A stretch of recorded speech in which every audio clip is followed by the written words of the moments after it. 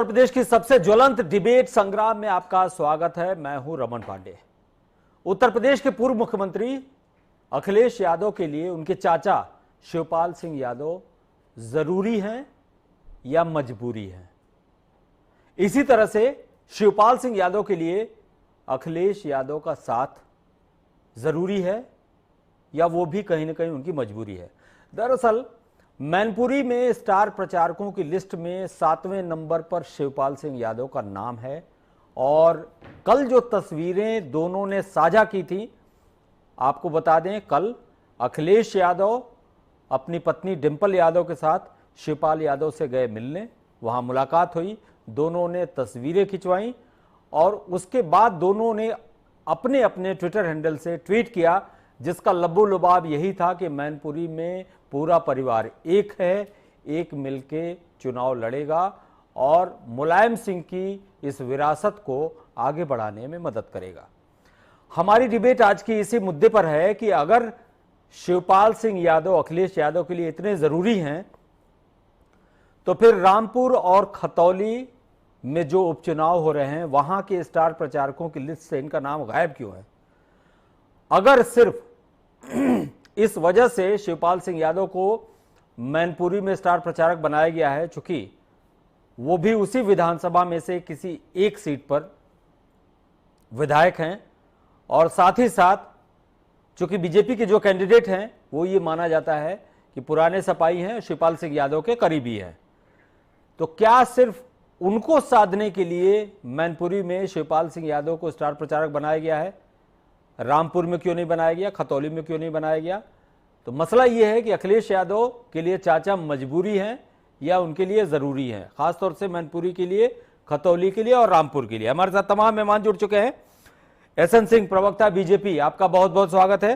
प्रखर प्रताप सिंह, पीएसपीएल के प्रवक्ता हैं, आप भी हमारे साथ जुड़े हैं, आपका भी बहुत बहुत स्वागत है। अनूप संडा जी, समाजवादी पार्टी के प्रवक्ता, हमारे साथ जुड़े हैं।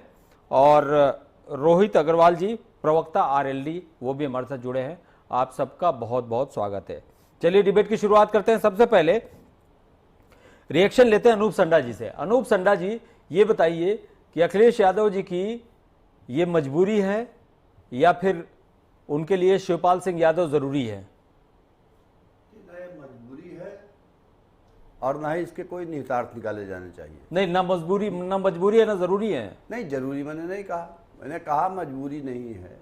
ये सीधे सीधे समाजवादी विचारधारा बनाम एक सांप्रदायिक विचारधारा की लड़ाई है। नहीं तो ये बताइए, रामपुर में और खतौली में क्यों नहीं उनको भेजा गया? देखिए, पार्टी अपनी जरूरतों के हिसाब से और तमाम विधानसभा क्षेत्र, लोकसभा क्षेत्र के चुनाव के हिसाब से अपने स्टार प्रचारक या अपने नेताओं को जिम्मेदारी देती है। अब मैं इसके ऊपर सवाल करूं कि फला पार्टी ने फला को वहां क्यों प्रभारी बना दिया, तो मुझे लगता है इस बात का कोई औचित्य नहीं है। सवाल तो उठेगा ना, सवाल उठेगा कि जब घर की बात आई तो आपने मैनपुरी में जाके उनसे मुलाकात की। मैनपुरी में जब ये लगा कि कहीं ना कहीं वोट डेंट होंगे तो चाचा को आगे कर दिया और दोनों जगह से उनका नाम गायब है। देखिए, आप जानते इससे पहले भी देखिए, इससे पहले भी आजमगढ़ में भी नाम गायब था। इससे पहले जो भी उपचुनाव हुए हैं उसमें समाजवादी पार्टी की तरफ से जो लिस्ट आई थी स्टार प्रचारकों की, उसमें शिवपाल सिंह यादव का कहीं जिक्र नहीं था। शिवपाल सिंह यादव जी एक वरिष्ठ समाजवादी नेता हैं और अनुभवी हैं और मैनपुरी लोकसभा सीट के अंतर्गत ही उनकी सीट जसवंत नगर की भी सीट आती है,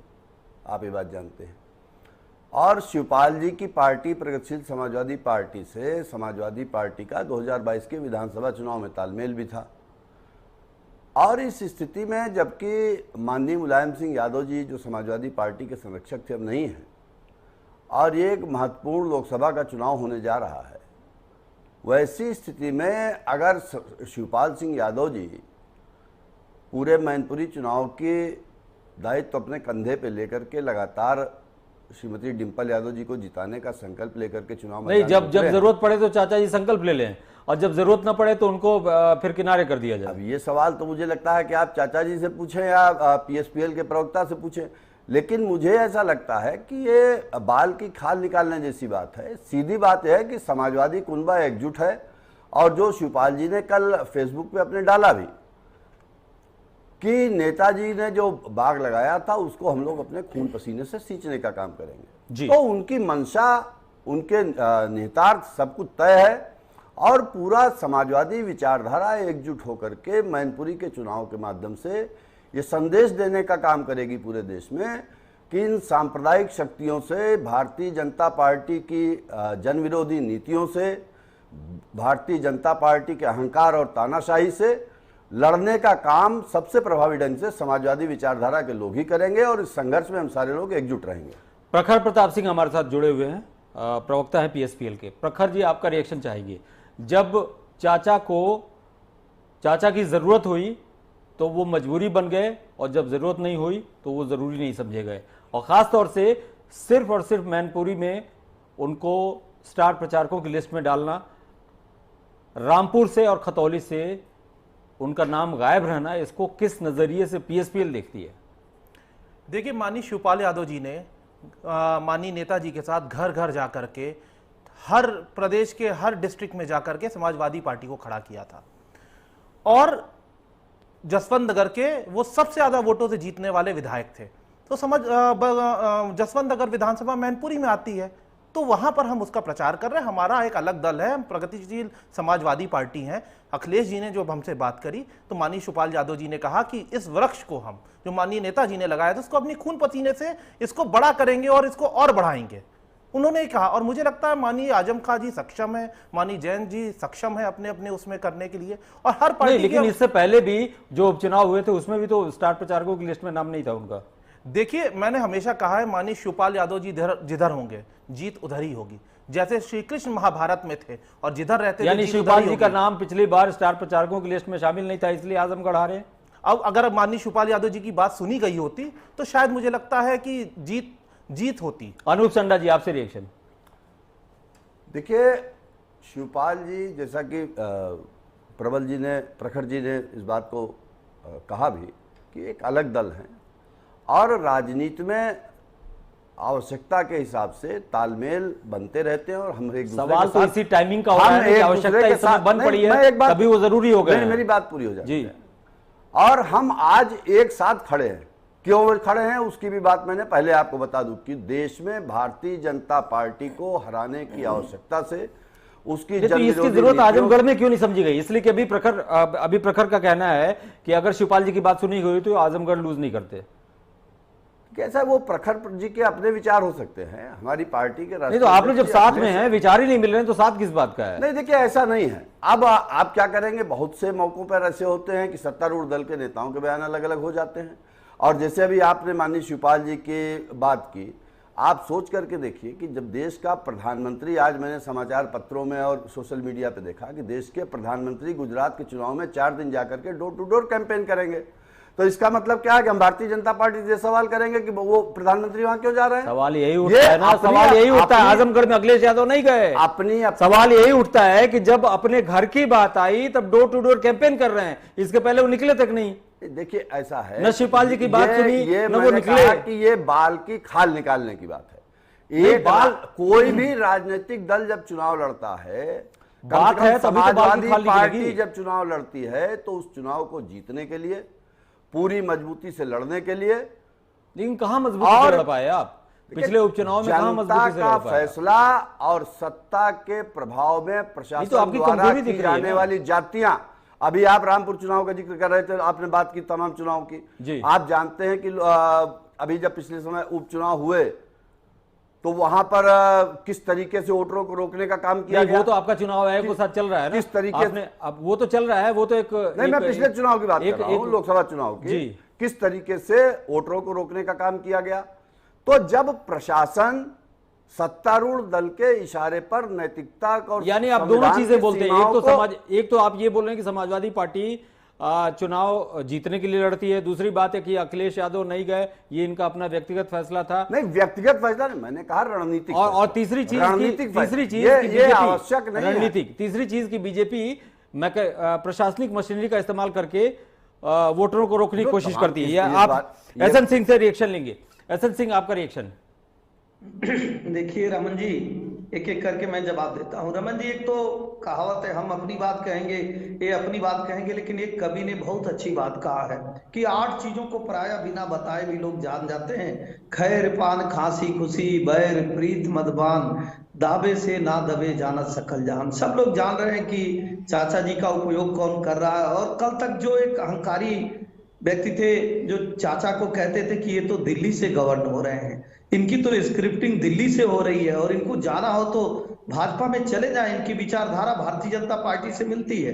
आज वो चाचा जी की शरण में चले गए, क्यों चले गए ये भी सब लोग जान रहे हैं। क्योंकि आपको लग रहा है कि अब हम मैनपुरी का चुनाव हार जाएंगे, तो हो सकता है कि आपकी रणनीति लेकिन बदली हो। चाचा जी की मजबूरी क्या है? चाचा जी की मजबूरी क्या है? देखिए, चाचा जी की मजबूरी तो चाचा जी बताएंगे, लेकिन चाचा जी ने एक बात बहुत अच्छा कहा था जब इंडिया न्यूज के एक पत्रकार ने उनसे पूछा था अखिलेश जी के बारे में, तो उन्होंने कहा कि अखिलेश के रहते उन्हें समाजवादी पार्टी में अपमान के अलावा कुछ भी प्राप्त नहीं हुआ है जब से समाजवादी पार्टी की कमान आदरणीय अखिलेश यादव जी के हाथ में आई है। एक मिनट आपको रोकना चाहूंगा। प्रखर प्रखर से इसी बात पर रिएक्शन। प्रखर, ये शिवपाल सिंह यादव ने ये कहा था, इस पे आपका रिएक्शन। देखिए, माननीय मुलायम सिंह जी के निधन के पहले की आप बातें कर रहे हैं, बहुत सारी तो घटनाएं, उसके बाद बदला क्या है? बहुत कुछ बदल गया है। नहीं, बदला होता तो ये सिचुएशन नहीं दिखती आपको? नहीं, देखिए, आप या तो चीजों को देखने की कोशिश नहीं कर रहे हैं, या तो उसको नजरअंदाज कर रहे हैं। देखिए, पूर्वाग्रह से ग्रसित आप हो रहे हैं। दिक्कत ये है कि देखिए, नहीं, आप लोग को हमने जब स्टेटमेंट दिया एज ए पार्टी, इससे पहले पीएसपीएल इस तरह की डिबेट में बैठ नहीं रही थी, आप लोग को मना किया गया था, ये बात मुझे पता है। अब आप लोग को अलाउ कर दिया गया कि आप लोग डिबेट में बैठेंगे, आप लोग बातें करते रहेंगे, तो पूर्वाग्रह से ग्रसित हम लोग नहीं है। नहीं, देखिए, आप लोग को इस तरह की पार्टी लाइन दी गई होगी, हो सकता है। देखिए, हमारी पार्टी क्या डिसीजन लेगी, हमारी पार्टी तय करेगी। बिल्कुल, हम समाजवादी पार्टी के साथ जाएंगे कि नहीं जाएंगे, हमारा अपना डिसीजन है और समाजवादी पार्टी का अपना डिसीजन है। जब हमने मिलकर डिसीजन ले लिया है और हमारे राष्ट्रीय अध्यक्ष ने बोल दिया है कि जिस वृक्ष को माननीय नेताजी ने खड़ा किया था उसको हम खून पसीने ये सवाल क्यों नहीं उठा कि आजमगढ़ और वहां क्यों नहीं जाएंगे? मुझे लगता है कि आजम खान जी अपने आप में एक सक्षम व्यक्ति हैं और मुझे आजम खान जी की मुझे लगता है जिस आपसे प्रशासन ने पिछली बार चीजें करी थी, मुझे लगता है आजमगढ़ की जनता इस बार जवाब देगी बीजेपी को। चलिए, हमारे साथ रोहित अग्रवाल जी भी जुड़े हुए हैं जो कि प्रवक्ता आरएलडी के। रोहित जी, इस पूरे एपिसोड पे आपका रिएक्शन लेना चाहेंगे।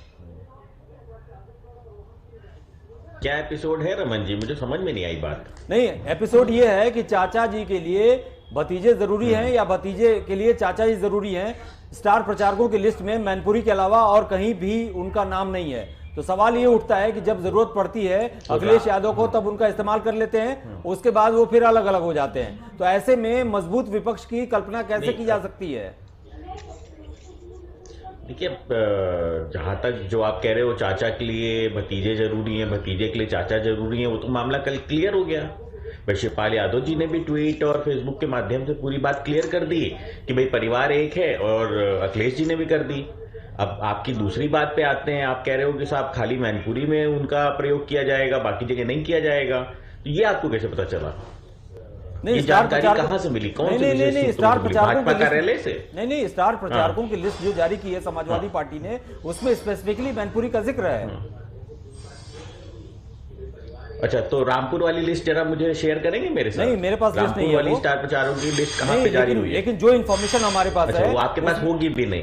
कारण क्या है, किसी भी चुनाव में सीट वाइज लिस्ट जारी नहीं होती। यानी आपका कहना है कि रामपुर में चुनाव प्रचार करने जाएंगे होती है? नहीं, यानी आपका यही कहना है ना कि शिवपाल सिंह यादव चुनाव प्रचार करेंगे? बिल्कुल जाएंगे। अगर शिवपाल, नहीं, बिल्कुल जाएंगे। अगर शिवपाल जी को लगेगा कि उनको रामपुर जाना चाहिए, आपने तो डिबेट का टॉपिक कह रहे हो कि स्टार प्रचारकों की लिस्ट जारी हुई है। नहीं, आपने तो डिबेट का टॉपिक ही बदल दिया रोहित जी, आपने डिबेट का टॉपिक ही बदल दिया। चलिए, यही सवाल पूछते हैं प्रखर प्रताप सिंह से। अरे भाई, सच्चाई डिबेट का टॉपिक ही आपका गलत था भाई जी, इसीलिए तो मुझे बात ही नहीं समझ में आ रही थी। स्टार प्रचारक की एक लिस्ट जारी होती है या सीट वाइज लिस्ट जारी होती है? नहीं, तो ये हमारे पास सुनिए, ये हमारे पास इंफॉर्मेशन है और ये चारों तरफ से इंफॉर्मेशन है कि आजमगढ़ और खतौली में उनको नहीं भेजा जाएगा। इंफॉर्मेशन नागपुर कार्यालय से जो आती है ना, ये बड़ी भ्रामक इंफॉर्मेशन होती है। नहीं, नागपुर कार्यालय से आपके पास आती होगी, विश्वास मत नहीं, नागपुर कार्यालय से आपके पास आती होगी, आपके पास आई होगी भाई।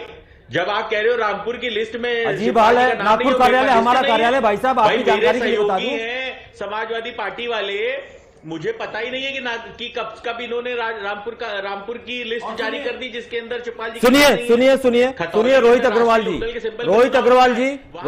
जी, अभी तक लिस्ट जारी नहीं हुई। सुनिए रोहित अग्रवाल जी, सपा ने, मैं फिर से बता रहा हूं, अभी फिर से इंफॉर्मेशन मुझे मिली है, सपा ने जो लिस्ट जारी की है उसमें स्पेसिफिकली मैनपुरी का जिक्र है। और हमको इन्फॉर्मेशन नागपुर से नहीं मिलती है, हमारा हेडक्वार्टर लखनऊ में है, यहीं से इंफॉर्मेशन मिलती है, आपको मिलती होगी। अच्छा यही से है, नहीं ठीक है, नहीं अरे ठीक है, आप मैं आपको दिखाता हूं, सुनिए, मैं आपको दिखाता हूं। मीडिया को एक भ्रामक इंफॉर्मेशन दी जाती है, मैं आपके चैनल की बात नहीं कर रहा हूं, मीडिया को एक भ्रामक इंफॉर्मेशन ये नागपुर कार्यालय से ही जारी होती है, तो इसलिए थोड़ा सा सुनिए देखना चाहिए। सुनिए, देखिए रोहित अग्रवाल जी दो जगह पे उपचुनाव हो रहा है। अरे सुन तो लीजिए महाराज हमारी भी बात, बोलिए, सुन तो लीजिए, इतना सहज क्यों हो रहे हैं, सुन तो लीजिए। देखिए कोई भी स्टार प्रचारकों की लिस्ट किसी भी चुनाव के लिए जारी हो रही है तो जितने भी सीटों पे चुनाव हो रहा है उस चुनाव के लिए होती है। अब क्योंकि खतौली के अंदर राष्ट्रीय लोकदल के सिंबल पे चुनाव है, चुनाव है, इसलिए वहां पे राष्ट्रीय लोकदल की लिस्ट जारी अब सुन लीजिए, आपकी बात खत्म हो गई। समाजवादी पार्टी जहां जहां पे चुनाव लड़ रही है उसकी एक लिस्ट जारी होती है, सुनिए, आपकी बात पूरी हो गई, शिवपाल यादव जी का नाम है। अब समस्या सुनिए, अब रमन जी सुनो तो, आपकी बात पूरी हो गई ना। समस्या ये भारतीय जनता, अरे अब सुन तो लो भैया, हमारी तो सुन लो, फिर आप बोलना।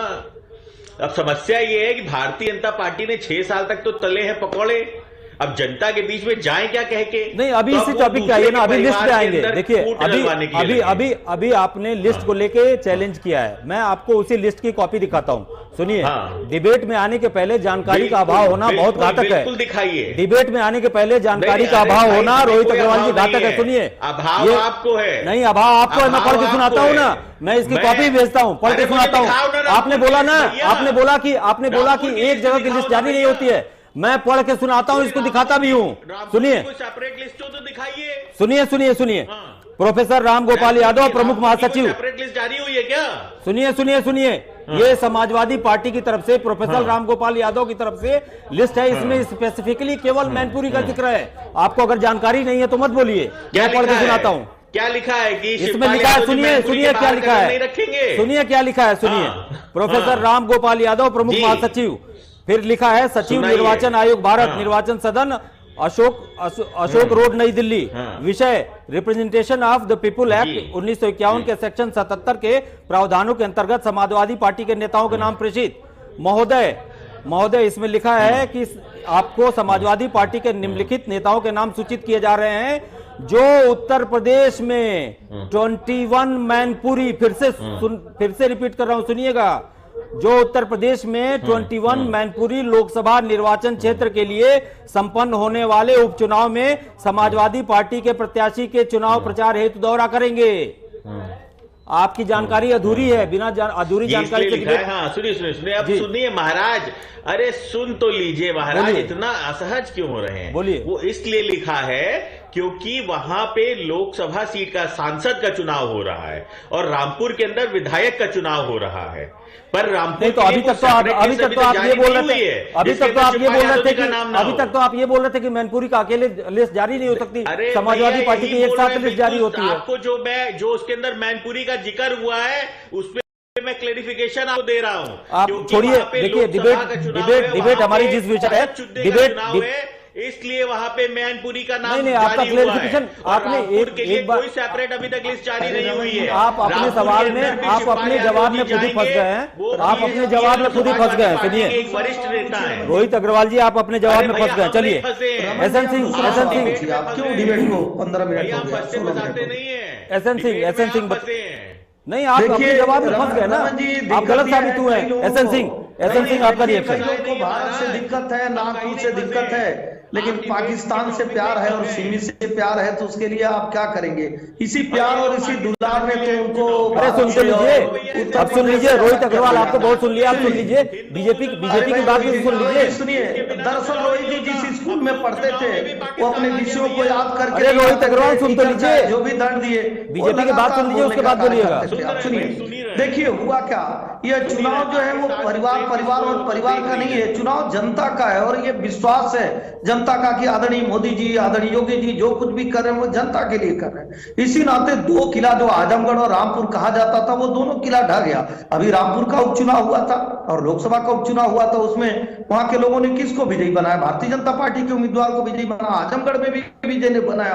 और मैनपुरी में भी आप देख लीजिए, प्रॉपर मैनपुरी से कौन जीता हुआ है, भोगामा से कौन जीता हुआ है? भारतीय जनता पार्टी के उम्मीदवार जीते हैं। क्योंकि पहले जो चुनाव में लोग जीत जाते थे उसके 2 प्रमुख कारण थे।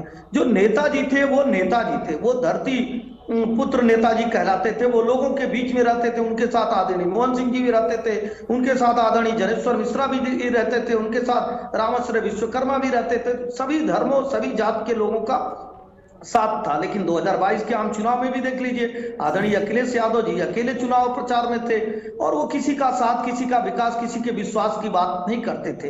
हमारे बड़े भाई अभी बार बार नागपुर की बात कर रहे थे। मैं कह रहा हूँ नागपुर भारत में है और नागपुर आपके लिए अपमान का विषय हो सकता है, आपके लिए पाकिस्तान सम्मान का विषय हो सकता है, लेकिन भारत के हर भारतीय के लिए नागपुर सम्मान का विषय, आपके लिए सिमी और पाकिस्तान सम्मान का विषय हो सकता है।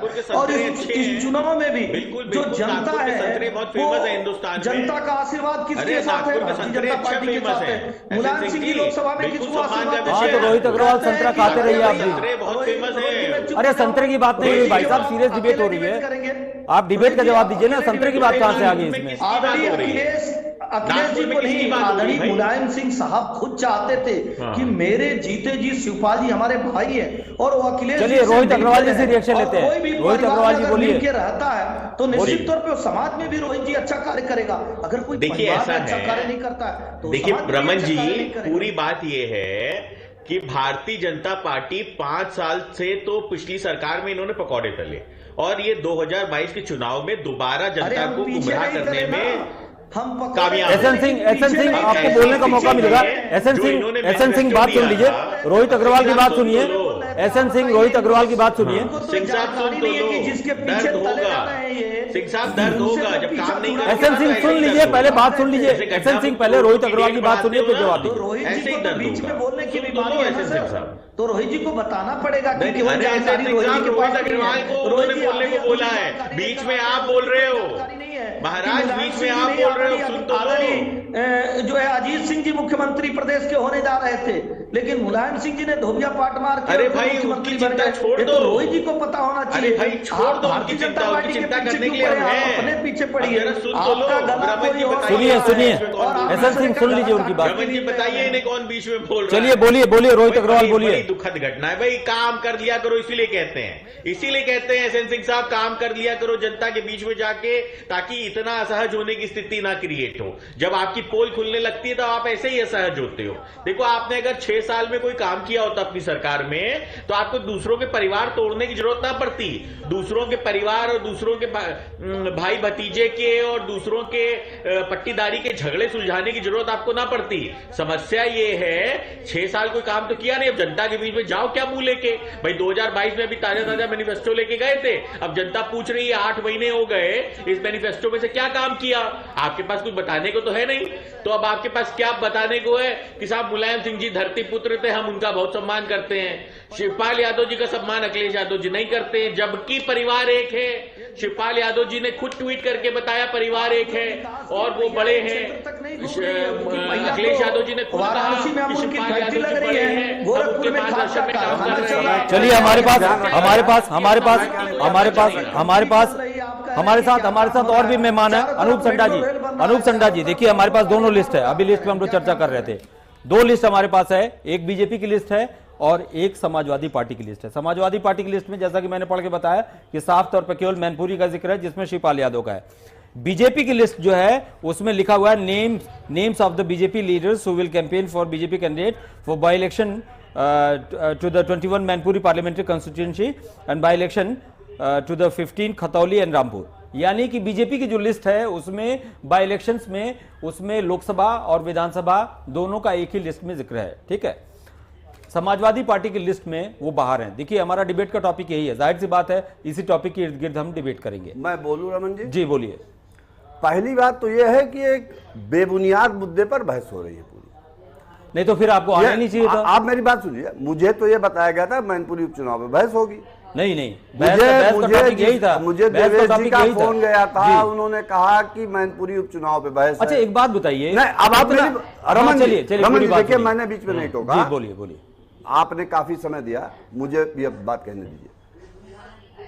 पड़ोसी के घर में रोज आलू पकता था, टमाटर क्यों पक गया, इसके ऊपर क्यों भाई चिंता है? ये हमारी पार्टी तय करेगी कि हम किसको किस चुनाव में जा रहे हैं। लड़ाई हमारे तो पड़ोसी भी सुनता है बात। हमारे सहयोगी हैं, उन्होंने कहा कि हमको इस चुनाव को डिम्पल यादव जी को जिताना है। शिवपाल जी का, माननीय शिवपाल जी का ट्वीट आ गया। अब इसके ऊपर भाजपा के प्रवक्ता महोदय पाकिस्तान पहुंच गए, पाकिस्तान से प्रेम की बात करने लगे। अब मैं अगर आपके माध्यम से इनसे सवाल पूछ लूं, पूछिए, आप पूछ सकते हैं। इनकी पार्टी जम्मू कश्मीर में उस पीडीपी के साथ मिलकर के सरकार बनाई थी, जो पीडीपी कहती थी कि पाकिस्तान की करेंसी चलनी चाहिए जम्मू कश्मीर में। ये पाकिस्तान की बात करेंगे?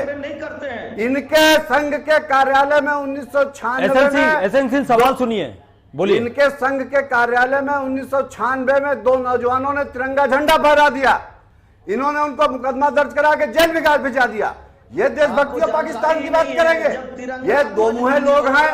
इनका प्रधानमंत्री हिमाचल प्रदेश के चुनाव में प्रत्याशियों को फोन करता घूमता है। इनके प्रधानमंत्री दरवाजे जा रहे हैं। मोरबी में 150 लोग मर गए, इनके यहाँ अस्पताल में टाइल्स रखी रही।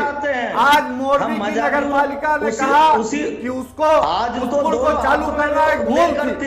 ये भारतीय जनता पार्टी के लोग अंग्रेजों के टिप्पू रहे और आज भी अंग्रेजों के बताए के मामले पे चल रहे हैं। एसएन सिंह, अनूप चंदा का सवाल सुनिए पहले, उसके बाद बोलिए। सिंह साहब, इतना विचलित न हो। आपने पाकिस्तान का 3 बार नाम लिया। आपकी पार्टी ने पीडीपी से मिलकर के जम्मू कश्मीर में सरकार बनाई थी कि नहीं बनाई थी? क्या पीडीपी की नेता महबूबा मुफ्ती कहती थी कि नहीं कहती थी कि कश्मीर में पाकिस्तान की करेंसी चलनी चाहिए? क्या जवाब है आपके पास? संघ कार्यालय पे तिरंगा फहराने वाले नौजवान एसएन सिंह जवाब दीजिए। एसएन सिंह जवाब दीजिए। जेल भेजा था कि नहीं भेजा था? एसएन सिंह, आपका आप देशभक्ति की आड़ में नफरत का खेल खेलते हैं। आप जात पे आ गए। आप हमारी पार्टी के नेता राम आत्रे विश्वकर्मा जी, आप वहां पहुंच गए। आप ये जाति और धर्म का खेल बंद कर दीजिए। आपकी दुकान बंद होने वाली है। एसएन सिंह, आपका रिएक्शन, आप जवाब दीजिए। कर रहे थे, उपचुनाव की बात कर रहे थे। आपके नेता माननीय स्वर्गीय अटल बिहारी वाजपेयी जी 84 में माधवराव सिंधिया चुनाव हार गए थे। 2 सीट पूरे हिंदुस्तान में आपको मिली थी। 89 में आप ज्यादा सीटें पा गए। तो सत्ता को नफरत से मत पाइए। एसएन सिंह जवाब दीजिए। एसएन सिंह बोलिए, साबित कीजिए। चलिए एसएन सिंह का सुन लेते हैं। बयान से नहीं आती है, अपने कर्मों का जवाब दीजिए कि आपने क्यों पीडीपी के साथ सरकार बनाई थी। एसएन सिंह बोलिए। तिरंगा फहराने वालों को जेल क्यों भिजवाया था? सुन लीजिए एसएन सिंह का जवाब। भाई को ये जानकारी होनी चाहिए कि ये तो बहुजन समाजवादी पार्टी से भी मिले और गेस्ट हाउस जैसा कांड कर दिए, और हम अगर पीडीपी से मिले हैं तो 370 जैसी धारा। ये देखिए, बात हो रही ईरान की, पहुंच गए तुरान। भारत का, अरे यही आपकी विचारधारा का काम है, यही आपकी विचारधारा का काम है। लोगों में भ्रम पैदा करना, भय पैदा करना, फूट डालना, नफरत बांटना और मौका पड़ने पे पाकिस्तान के प्रधानमंत्री की माताजी के लिए शाल और राम की पेटी लेके चले जाना। भारतीय जनता पार्टी अपनी विचारधारा के प्रधानमंत्री बोलिए, अनुप चंदा बोलिए। आम की बेटी लेकर के नवाज शरीफ की बेटी की शादी में गए थे। याद है कि भूल गए? कभी कांग्रेस से, याद है कि भूल गए कि आपके प्रधानमंत्री पाकिस्तान के प्रधानमंत्री क्या पहुंच गए थे? अनुप चंदा, आप कुछ बोलना चाहते हैं? अनुप चंदा बोलिए। ये दो मुहे लोग जिन्होंने आजादी की लड़ाई में अंग्रेजों की मुखबिरी की, ये आज समाजवादियों की देशभक्ति पर सवाल उठाएंगे। चलिए अनुप चंदा हमारे साथ, जो ऊपर से देशभक्त है और अंदर से अपनी सत्ता के लिए घिनौना खेल खेलते हैं। प्रखर जी आप कुछ कह रहे थे, प्रखर बोलिए। देखिए बीजेपी के जो प्रवक्ता है, मुझे लगता है कोई भी बीजेपी का प्रवक्ता पाकिस्तान, कब्रिस्तान और शमशान के सिवा कोई डिबेट कर ही नहीं सकता। शिवपाल जी क्यों जाते हैं हर फिलिपीन तीसरे लीडर से में मिलने? बिल्कुल नहीं, मिलने कहते मुख्यमंत्री जी से मिलने कहते, मुख्यमंत्री जी सबके हैं, आपके भी मुख्यमंत्री हैं, मेरे भी मुख्यमंत्री हैं, वो सभी के मुख्यमंत्री हैं। जब तक वो 5 साल मुख्यमंत्री है, मुझे लगता है प्रदेश की। अरे एसएन सिंह सुन तो लीजिए, कोई और भी बोल रहा है। दूसरी बात, एसएन सिंह जी शांत हो जाइए, कब्रिस्तान और पाकिस्तान पर डिबेट नहीं है। दूसरी चीज, अब परिवार साथ में है, चाचा भतीजा अगर एक हो रहे हैं तो लोगों को शकुनी बनने की क्या जरूरत है। तीसरी चीज, नहीं कोई शकुनी नहीं बना, लेकिन तीसरी चीज, अरे शकुनी कोई नहीं बनेगा, लेकिन शक होगा। शक में ही शकुनी बन रहे हैं, मैं कह रहा हूं बनने की जरूरत नहीं। शक तो आपको भी हो रहा होगा। नहीं, बिल्कुल शक आपको भी हो रहा होगा। हमको कोई शक नहीं है। आपको हमारे नेता ने जो समर्थन दे दिया, अरे आप लोगों को मना कर दिया गया था, मुझे पता है। आप लोग पिछले 4 दिन से डिबेट में नहीं बैठ रहे थे इस टॉपिक पे। देखिए आप लोग जब तक वो तस्वीर रिलीज नहीं हुई है तब तक आप लोग को मना था, ये मुझे पता है, ऑफिशियली मना था आप लोगों को। भाई हमारी अपनी स्ट्रेटेजी है, हम कब बैठेंगे, कब नहीं बैठेंगे, कब चुनाव में आएंगे। चलिए बोलिए, कोई भी नहीं डिसाइड कर सकता कि हमारी स्ट्रेटेजी क्या होगी। नहीं, डेफिनेटली आप अपनी स्ट्रेटेजी आप डिसाइड करेंगे। जैसे बीजेपी के जो वहां पर प्रत्याशी हैं, बिल्कुल मुंह में राम बगल में छुरी वाली स्थिति है। नहीं, वो तो आपके साथी थे पहले, वो तो पुराने समाजवादी हैं। एक तरफ बीजेपी के वहां पर लोग कहते हैं कि हम, वो तो पुराने समाजवादी शिवपाल जी के करीबी माने जाते हैं। समाजवादी तो मुझे लगता है इस प्रदेश का 90% व्यक्ति होगा। अगर बीजेपी उठाएगी नहीं, रघुराज शाके अच्छा एक बात बताइए, अच्छा मुझे एक बात बताइए, उत्तर प्रदेश की जनता को एक बात बताइए, रघुराज शाके शिवपाल सिंह यादव को करीबी रहे हैं कि नहीं रहे? ये खाली एक बात बताइए। बीजेपी में कितने नेता होंगे जो दूसरी पार्टी नहीं, स्पेसिफिकली वो रहे नहीं रहे करीबी? कितने नेता हैं जो, ब्रिजेश पाठक जी बसपा में क्या करीबी नहीं थे, आज वहां पर डिप्टी सीएम बने हुए हैं, तो आप क्या बोलेंगे? क्या कल आप बहुजन समाजवादी, चलिए आप अपनी बात रखिए। अरे वो तो ब्रिजेश पाठक जी बहुजन समाजवादी पार्टी के जानने वाले हैं, ऐसा थोड़ी होता है। बोलिए। देखिए, माननीय नेताजी ने, हमारे नेताजी शिवपाल यादव जी ने समर्थन दे दिया है और बहुत बड़े बहुमत से जीत होने वाली है, इसको कोई नहीं रोक सकता। और जिधर शिवपाल जी चल देंगे उधर पूरा कारवा बन जाएगा। बस मैं यही कहना चाहता हूं। तो रामपुर में भी जीत होनी चाहिए ना, रामपुर में भी शिवपाल जी की जरूरत है। देखिए, एज ए इंडिविजुअल पार्टी हम प्रसपा हैं, हमने यहां पर समर्थन दिया है और मुझे लगता है आने वाले समय में आपको रामपुर के लिए भी पता चल जाएगा। यहाँ लोकसभा का चुनाव है, वहां विधानसभा का चुनाव है, अंतर है। रामपुर आप जानते हैं कि माननीय आजम खान साहब सन 80 से 1996 छोड़ करके लगातार लंबे मतों से विधायक होते रहे और उस सीट पर उनका अपना एक प्रभाव है। और मैं फिर उस बात को दोहरा रहा हूं, आप आज मैंने पढ़ा कि भाजपा ने मैनपुरी लोकसभा क्षेत्र में अपने हर सेक्टर में अपने मंत्रियों की ड्यूटी लगा दी। बिल्कुल, एक लंबी चौड़ी फौज लगाई है उन्होंने। तो मेरा यह कहना है कि हर पार्टी अपनी क्या रणनीति तय करेगी, अपने किस सिपह सालार को किस मोर्चे पर लड़ाएगी, ये हमारा अंदरूनी मामला है, इससे किसी को आपत्ति क्यों होनी चाहिए? नहीं, कोई आपत्ति नहीं। इसमें सवाल के अंदर निहितार्थ क्यों निकाले जाते? नहीं, निहितार्थ तो निकलेंगे, सीधी बात है। निहितार्थ निकलेंगे। सुनिए मेरी बात, बेरोजगारी, बीजेपी अगर इतनी लंबी चौड़ी फौज वहां लगा रही है, उस पर भी डिबेट हो रही है, उसके भी निहितार्थ निकलेंगे कि इतनी लंबी चौड़ी फौज एक सीट के लिए लगाने का क्या मतलब है। तो देखिए, डिबेट तो ऐसी ही होती है ना, डिबेट में तो निहितार्थ निकाले जाते हैं, वो निकाले जाएंगे। भाई आपकी पार्टी है, आप अपना स्टैंड रखेंगे, दूसरी पार्टी है, दूसरी पार्टी के लोग अपना स्टैंड रखेंगे, लेकिन डिबेट तो ऐसी ही होगी। जी बोलिए। मैं ये कहना चाह रहा हूं कि हमारी पार्टी ने माननीय शिवपाल यादव जी का समर्थन मिला है। आप जानते हैं कि 5 में से 3 विधानसभा सीटें अभी भी समाजवादी पार्टी के पास हैं, लोकसभा मैनपुरी लोकसभा क्षेत्र की।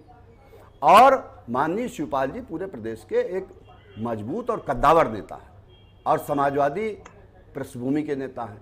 परिवार का मामला है, उन्होंने खुद इस बात को कल ट्वीट करके और फेसबुक के माध्यम से कहा। अगर शिवपाल जी की जो ताकत है, उनका जो जनाधार है, उसका इस्तेमाल समाजवादी पार्टी की विचारधारा के पक्ष में हो करके प्रदेश की जनता को, देश की जनता को अराजकता, जन विरोधी नीतियों, बेरोजगारी, नफरत के खेल, इसके खिलाफ एक समाजवादी विचारधारा मजबूत होकर के उभरने जा रही है, तो मुझे लगता नहीं कि इतनी ज्यादा इन चीजों पे बहस होनी चाहिए कि कहां कौन स्टार प्रचारक के तौर पे जा रहा है। ये बात बिल्कुल सही है, ये बात बिल्कुल सही है, लेकिन इस पे बहस होगी। बहस क्यों होगी उसकी वजह बताता हूं आपको। अगर इतनी ही जरूरत थी शिवपाल सिंह यादव की तो आजमगढ़ में उनको भेजना चाहिए था, इतनी ही जरूरत थी तो खतौली में भी भेजना चाहिए, रामपुर में भी भेजना चाहिए। जब अपने घर की बात आई तो सिर्फ उनको यहां स्टार प्रचारक बनाया गया। तो देखिए बहस होगी इस पे। खतौली की सीट लोकदल की है, आप भी जानते हैं। देखिए लिस्ट पर खतौली की सीट लोकदल की है। रामपुर में आजम प्रताप खान सिंह साहब बोलिए। सक्षम है, देखिए, ये पार्टी तय करेगी ना। लिस्ट में निश्चित रूप माननीय से पार्टी शिवपाल- तय करेगी। लिस्ट में माननीय शिवपाल यादव जी का नाम इसलिए था क्योंकि वो समाजवादी पार्टी के सिंबल पर लड़े थे और क्रम वाइज था। पहले आप जो समाजवादी पार्टी के जितने पदाधिकारी है उनका नाम आता है, उसके बाद क्रम वाइज आता है। सातवें वो नंबर पे। समाजवाद, हाँ बिल्कुल, पहले अपने वो महासचिव और सबके नाम लिखेंगे ना। बिल्कुल। दूसरी चीज, हमारी पार्टी की जब लिस्ट निकलेगी या हम कोई चीज करेंगे तो हम अपने हिसाब से बनाएंगे, उसमें आप समाजवादी पार्टी से नहीं बोल सकते कि उनकी लिस्ट में ऐसा क्यों है। हमारी पार्टी ने नहीं, हम समर्थन ये दिया है। सवाल तो उठा ही दे रहे हैं कि सातवें नंबर जब पे। हमारी पार्टी ने समर्थन दे दिया, हमारे शीर्ष नेता ने बोल दिया कि हम इस वृक्ष को अपने खून पसीने से और बड़ा करेंगे, तो बात खत्म हो गई वहीं पर। एहसन सिंह, आपका रिएक्शन? देखिए, ये अच्छी बात है कि ये इनकी बात है, और मैं तो कहता हूं कि जो आदमी परिवार में अच्छा रहेगा वही समाज में भी अच्छा रहेगा। लेकिन जब ये एक विचारधारा की बात होती है और अखिलेश जी अगर कहते हैं कि आप बीजेपी के विचारधारा से मेल खाते हैं, आप उधर चले जाइए, तो सवाल बनता है। और चाचा भी कहते हैं, राष्ट्रपति चुनाव में आप देख लीजिए, उन्होंने कहा कि भाई उनकी विचारधारा बीजेपी की तरफ थी इसलिए वो चले गए। और पत्रकारों से वार्ता में चाचा ने कहा कि विनाश काले विपरीत बुद्धि। तो मैं कह रहा हूं, चाहे वो भाजपा का कोई नेता हो या समाजवादी पार्टी का नेता हो, अगर कोई बयान देगा तो निश्चित तौर पे विपक्ष उस पर सवाल उठाएगा। अच्छी बात है, आप वहां पे लड़िए। 2 जगह आप हार मान चुके हैं, 1 जगह लड़ रहे हैं, उसमें से भी आप ही बता रहे हैं कि आपके पास 3 है और 2 भारतीय जनता पार्टी नहीं, के आप साथ ये कैसे कह सकते हैं कि उपचुनाव हार है। मान चुके हैं? आप सुन लीजिए प्रभु, ये हमको बोलने दीजिए प्रभु। मैं आपके समय में नहीं, मैं कहा ओम प्रकाश राजभर जी कितना बोलते थे और उन्हीं को सिक्योरिटी दिए बैठे हैं, आप क्या बताएंगे ऐसा? भारतीय जनता पार्टी की सरकार है और प्रदेश में भी किसकी सरकार है? भारतीय जनता पार्टी की सरकार है। विकास की चाबी किसके पास है? भारतीय जनता पार्टी के पास है। आप अगर कोई चीज कहेंगे तो विकास थोड़े ना होगा। आप तो टीवी पे बोल सकते हैं और डिबेट कर सकते हैं, तो जनता जान रही है कि ये डिबेट करना, ट्विटर वार करने से कुछ नहीं होगा।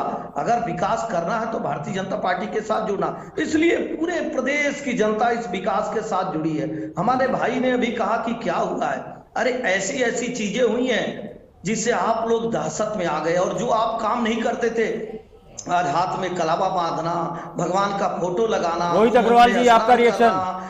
आज जो है मथुरा काशी का नाम लेना, नहीं तो आप कहते थे काशी में अंतिम समय में जाते वहां कौन मतलब जाएगा? देखिए, मथुरा से फिर ये मंदिर मस्जिद पर आ गए। बिना मंदिर मस्जिद के रह ही नहीं सकते। और डेवलपमेंट की बात अगर आप कर रहे हैं तो देश का सबसे डेवलप्ड गांव है, उस गांव के आगे गुजरात मॉडल और सारे मॉडल फेल हो जाते हैं। तो डेवलपमेंट की बात तो कोई कर ही नहीं सकता। वहां पर जितना डेवलपमेंट माननीय शिवपाल यादव जी ने नेताजी के समय पर डेवलपमेंट कभी नहीं हुआ। रोहित अग्रवाल को सुनिए। एहसन सिंह, आपको समय मिल चुका है, मेरे समय को क्यों खराब कर रहे हो? रोहित जी अब बोलिए। एहसन सिंह जी, आपने अपना डेवलपमेंट बता दिया, अब हमसे भी तो सुन लो क्या हुआ है प्रदेश के अंदर। विपक्ष की आवाज अगर नहीं सुनोगे तो इसी दशा में रहोगे। अरे एहसन सिंह सुनिए, क्योंकि एहसन देखिए, सिंह सुनिए। विपक्ष का एक काम है, नहीं एहसन सिंह सुनना ही नहीं चाहते। समस्या ये है, देखिए विपक्ष की एक भूमिका होती है। एहसन सिंह तो बहुत लंबे समय तक विपक्ष में रहे हैं, क्यों नहीं समझना चाहते एहसन सिंह जी? आपने अपनी भूमिका नहीं निभाई थी विपक्ष की, इसलिए आपको पता ही नहीं विपक्ष की भूमिका क्या होती है। विपक्ष की भूमिका यह होती है कि जनता की आवाज को सरकार तक पहुंचाना, ताकि आप उस आवाज को सुन के जनता के प्रति कुछ काम कर सको। पर समस्या यह है कि आप विपक्ष को तो गिनते ही नहीं हो, आप समझते ही नहीं हो। जबकि इतना प्रमुख विपक्ष है, 40% वोट विपक्ष को पड़े हैं, भारतीय जनता पार्टी को नहीं पड़े हैं। 60% भारतीय जनता पार्टी को पड़े, इसलिए भारतीय जनता पार्टी की सरकार है। तो अब विपक्ष की जो भूमिका है, 40% जनता की हम भी आवाज हैं, हमारी भी बात सुन लो, और हमारी बात सुनोगे तो आप सरकार अच्छे से चला पाओगे। पर समस्या ये है कि आप तो कभी लोकतंत्र पर विश्वास करते ही नहीं हो, तो आप हमारी बात क्यों सुनोगे? आपको लगता है खाली हिंदू मुस्लिम पाकिस्तान शमशान और ये कलावा करने से हम जीत जाएंगे। अरे भाई, आपसे बड़ा हिंदू तो मेरा है। कलावा दिखाओगे क्या? ये देखो कलावा, दिखाओ कलावा एहसन सिंह, अगर हिम्मत है तो दिखाओ कलावा अभी कि हाथ में बांधे हो कि नहीं बांधे हो।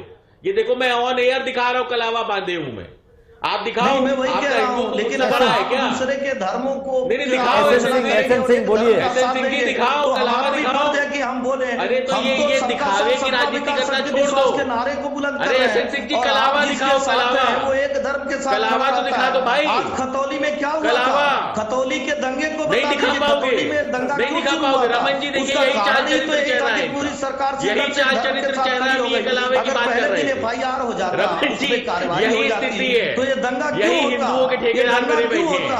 अरे ये हमें हिंदुत्व सिखाएंगे, क्योंकि सरकार हमें हिंदुत्व सिखाएंगे। अब देखिए, ये पता नहीं कहाँ पहुंच गए, कहाँ क्या क्या बोलने शुरू कर खतौली दिए, क्यों आपके हाथ आए से बाएं गया? साएं। नहीं, खतौली का अरे, जिक्र कर रहे हैं वो। स्क्रीन दिए, देखो मोबाइल का स्क्रीन देखोगे, देखो आप मोबाइल बोलोगे का तो स्क्रीन सुनोगे, देखो ये मेरा। कौन आपको छूट दिया है कि नहीं, आप देखो, जो है मोबाइल दूसरे का को स्क्रीन वहां से देखो। आप बाहर का रास्ता दिखा दीजिए। फोटो नहीं, आप देखो अपने मोबाइल का स्क्रीन दिखाओ। एसएन सिंह, मोबाइल का स्क्रीन देखो मेरा, अपने मोबाइल का स्क्रीन दिखाओ। मुझको तो नहीं पता था ना यहाँ पे धर्म की बात करोगे आप, मुझको तो अरे नहीं पता सुनिए, था ना। धर्म की बात की मेरा शुरुआत मोबाइल कौन का किया? स्क्रीन आप देखो, लोग अपने करते मोबाइल हो। का हमारा स्क्रीन तो दिखाओ। सबसे सुंदर नारा है, तो यही फर्क हम तो है सबके साथ कि हम सबके विकास दिखावा नहीं सबके करते विश्वास की हैं। बात करते हैं। हमारे लिए लेकिन आप लोग आस्था तो धर्म दिखा का चुके विषय हैं। है, हाथ हमारे कंगन को लिए अर्जी क्या? आस्था धर्म का हाथ विषय कंगन को है, अर्जी आपके क्या? लिए आप आस्था बताइए, राजनीति का खतौली विषय में क्या हुआ था? आपके लिए यादव जी आस्था क्यों नहीं राजनीति बता का रहे? विषय सारे यही बड़े फर्क भाइयों है। को क्यों नहीं बता एसएन रहे? सिंह प्रखर जी यही वापस फर्क आते हैं, है। वापस डिबेट पे आते हमारे हैं, लिए वापस चुनाव पे आते हैं। हमारे प्रखर जी ये धर्म का बताइए विषय है। कि मैनपुरी आपके में लिए प्रचार की स्ट्रेटजी क्या है आप लोगों की?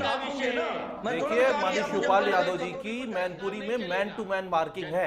वो घर घर जानते हैं, अखिलेश कार्यकर्ता यादव का भी नाम निकले हैं, जानते घर घर वो हैं। भी संपर्क कर रहे हैं, जी? जनसंपर्क कर रहे हैं। अखिलेश यादव भी घर घर जनसंपर्क कर रहे हैं। बिल्कुल कर रहे हैं, वो करेंगे। उनका गढ़ है, समाजवादी पार्टी का गढ़ कहा जाता है। माननीय शिवपाल यादव जी और माननीय नेताजी ने मिलकर के उस गढ़ को खड़ा किया हुआ था। तो मैन टू मैन मार्किंग है, वहां पर एक एक घर को, एक एक घर के सदस्य को लोग जानते हैं। तो मुझे लगता है जिधर निकलेंगे उधर कारवा बनता चला जाएगा और जीत सुनिश्चित होगी। इस चुनाव के बाद फ्यूचर कोर्स ऑफ एक्शन क्या होगा? पहले चुनाव हो जाने दीजिए। इसलिए कि देखिए, बहुत स्पेसिफिकली सवाल कर रहा हूं। शिवपाल सिंह यादव ने गाहे बगाहे पत्रकारों से अपनी नाराजगी व्यक्त की है, ये आप भी जानते हैं अच्छी तरीके से, समाजवादी पार्टी को लेके, उनके मुखिया को लेके। तो फ्यूचर कोर्स ऑफ एक्शन क्या होगा इस चुनाव के बाद? मुझे लगता है कि रिजल्ट आ जाने दीजिए, उसके बाद फिर हम लोग फिर से डिबेट पे बैठेंगे और उस समय मैं बताऊंगा कि क्या अनूप होगा। संडा जी, मैं सबसे पहले तो एसएन सिंह जी ने कई सवाल उठाए, कलावा आप लावा। उनकी बात का जवाब दे सकते हैं। एक हिंदुओं के सर्वमान्य नेता हैं भगवान शिव, उनकी स्तुति में शिव रुद्राष्टक पढ़ा जाता है। नमामि शमीशान निर्वाण रूपम विभुम व्यापकम ब्रह्म वेद स्वरूपम निजम निर्गुणम निर्विकल्पम निरीहम चिदाकाशमाकाशवासम भजेहम निराकारम ओंकार मूलम तुरीयम गिरा ज्ञान गोतीतमीशम गिरीशम करालम महाकाल कालम कपालम गुणागार संसार पारम नतोहम। ये 2 श्लोक आप जरा पढ़ के सुना दीजिए हमको, आप हिंदू हैं। देखिए, आप, अरे आप हिंदू है ना, आपको एक कलावा की बात कर रहे थे, आप ये 2 श्लोक खाली दोहरा दीजिए। आप 2 श्लोक,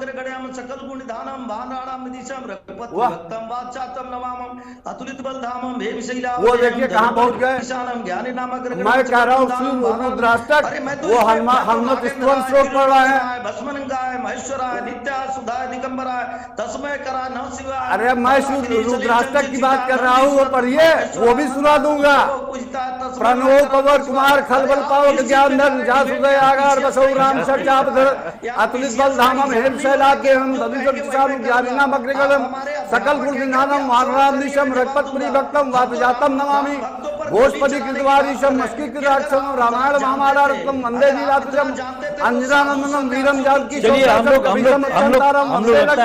लोग विषय से भटक रहे हैं, हम लोग विषय से नहीं, भटक रहे मैं हैं। खाली इनके हिंदुत्व को चुनौती दे रहा हूँ, इनके छद्म हिंदुत्व को चुनौती दे रहा हूँ मैं। ये कलावा तिलक और मंदिर दिखा करके हिंदुओं के वोट ठगने का काम करते हैं। इन्होंने क्यों नहीं जवाब दिया कि प्रधानमंत्री पाकिस्तान क्यों गए थे बगैर निमंत्रण के आम की पेटी लेकर के? इन्होंने क्यों जवाब नहीं दिया कि पीडीपी के साथ मिलकर के इन्होंने जम्मू कश्मीर में सरकार क्यों बनाई थी? इसका जवाब पहले दें। ये जनता को कब तक ठगोगे? जनता को कब तक ठगेंगे आप सिंह साहब? आप जनता समझ गई, आपकी सरकार की यह हालत है कि जज को पीट करके उसकी पिस्तौल राइफल चुरा ले गए। ये कानून व्यवस्था दिखाई देती है कि नहीं दिखाई देती है? ये कानून व्यवस्था दिखाई देती चलिए, है आप नहीं सब, दिखाई देती है? हमारे पास वक्त की कमी है। आप सबका बहुत बहुत धन्यवाद। एसएन सिंह साहब, एसएन सिंह साहब आपका बहुत बहुत धन्यवाद। प्रखर प्रताप सिंह, रोहित अग्रवाल, अनूप संडा, आप सबका बहुत बहुत धन्यवाद। देखिए, मैनपुरी में इलेक्शन होने हैं, खतौली में इलेक्शन होने हैं, रामपुर में इलेक्शन होने हैं। जाहिर सी बात है, बीजेपी ने अपने स्टार प्रचारकों की लिस्ट जारी की है। बीजेपी ने 15 से ज्यादा मंत्रियों को लगाया है और अपनी पूरी ताकत आजमाइश कर रही है। दूसरी तरफ जो कल तस्वीरें आई हैं अखिलेश यादव की तरफ से और शिवपाल सिंह यादव की तरफ से, निश्चित रूप में वो एका को दर्शाती हैं। इसलिए कि स्टेटमेंट भी उसके बाद जो जारी हुआ अखिलेश यादव की तरफ से, शिवपाल सिंह यादव की तरफ से, उसमें साफ तौर पे यही परिलक्षित हो रहा है कि दोनों बिल्कुल साथ साथ हैं और परिवार के लिए मैनपुरी में अपना जी जान लगा देंगे। तो मैनपुरी का रिजल्ट क्या आएगा, आज खतौली का क्या आएगा, रामपुर का क्या आएगा, इसका पता तो बाद में ही चलेगा। लेकिन फिलहाल आप सब लोग का बहुत बहुत धन्यवाद। रुकते हैं छोटे से ब्रेक के लिए। नमस्कार।